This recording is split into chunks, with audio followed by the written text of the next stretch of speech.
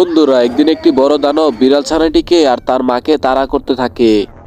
তখন তারা দুজন পানিতে পড়ে যায়। তখন বিড়াল ছানাটি পানিতে ডুবে যায় আর তার মা পানির উপরে ভেসে ওঠে। বিড়াল ছানাটি ভাসতে ভাসতে পাড়ে চলে আসে। তখন একটি খরগোশ এসে তাকে দেখে আর তাকে বাঁচায়।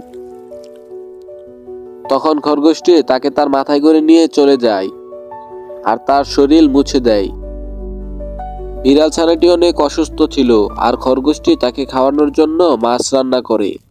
বিড়াল ছানাটি সুস্থ হওয়ার পর খরগোশটি তাকে নিয়ে সেই নদীর পাড়ে যায়। তখন সে বিড়াল ছানাটি অনেক কান্না করতে থাকে আর তার মাকে ডাকতে থাকে।